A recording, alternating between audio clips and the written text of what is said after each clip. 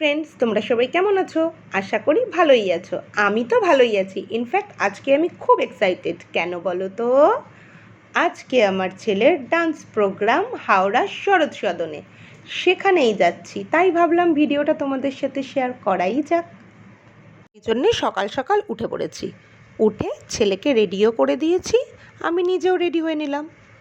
আর হালকা একটু ব্রেকফাস্টও করে নিলাম। একটু কিছু না খেয়ে বাড়ি থেকে বেরোনো যায় বলো? পর আমরা স্টেশনে পৌঁছে গেলাম। স্টেশনে পৌঁছে অনেকক্ষণ ট্রেনের জন্য আমাদের ওয়েট করতে হলো। তারপরে ট্রেনটা অবশেষে আসলো, আমরা ট্রেনে উঠেও পড়লাম। আর দেখতে দেখতে আমরা শিয়ালদা পৌঁছেও গেলাম। ট্রেনে আস্তে আস্তেই ভাবছিলাম বাইরে যা গরম, শিয়ালদা থেকে হাওড়া মনে হয় এসি ক্যাবে করে যাওয়াটাই বেটার হবে। সেই জন্য একটা এসি ক্যাব বুক করে নিলাম। একটু দাঁড়াতেই আমাদের ক্যাব চলে আসলো। তারপর আমরা হাওড়ার উদ্দেশ্যে রওনা হলাম ক্যাবে করে। যেতে যেতে সকালবেলার হাওড়া ব্রিজের অপূর্ব সুন্দর দৃশ্যটা ক্যাপচার করেই নিলাম। এদিকে দেখুন, আমার ছেলে সমানে বলছে তোমরা ভিডিও করছো অথচ আমাকে নিচ্ছ না।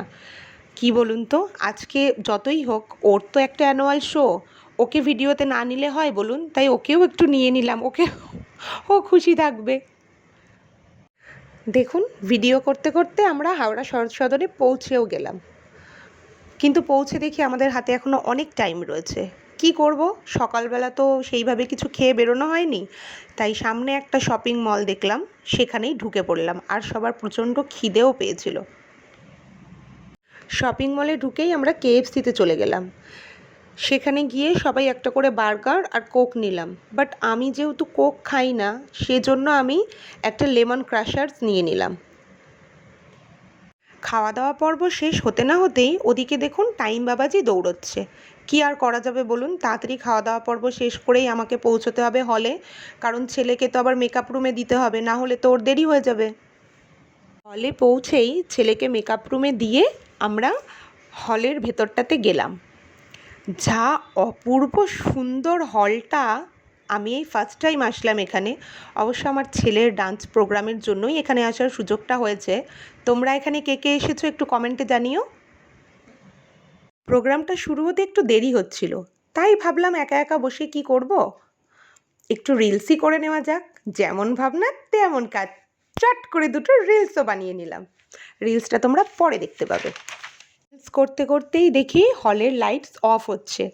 তখনই বুঝলাম যে এবার প্রোগ্রামটা স্টার্ট হবে। রিলস করা বন্ধ করে দিলাম। চলো প্রোগ্রামটা দেখতে শুরু করি। ভিডিও করতে করতে তোমাদের তো একটা কথা বলাই হয়নি, দেখেছো? ভুলে গেছি।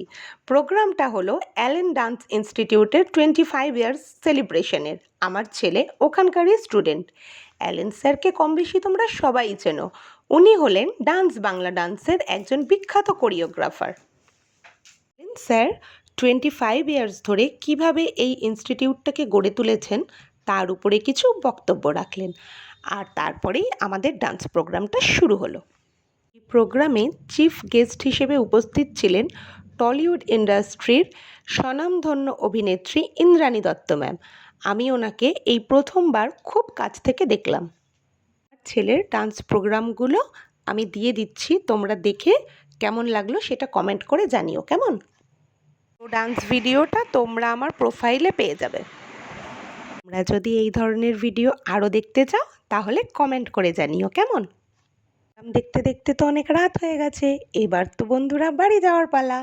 তাই ভিডিওটা এখানেই শেষ করছি। তোমাদের যদি ভালো লাগে ভিডিওটা তাহলে লাইক কমেন্ট শেয়ার করে দিও, আর একটা সাবস্ক্রাইব করে নিও বন্ধুরা কেমন। টাটা।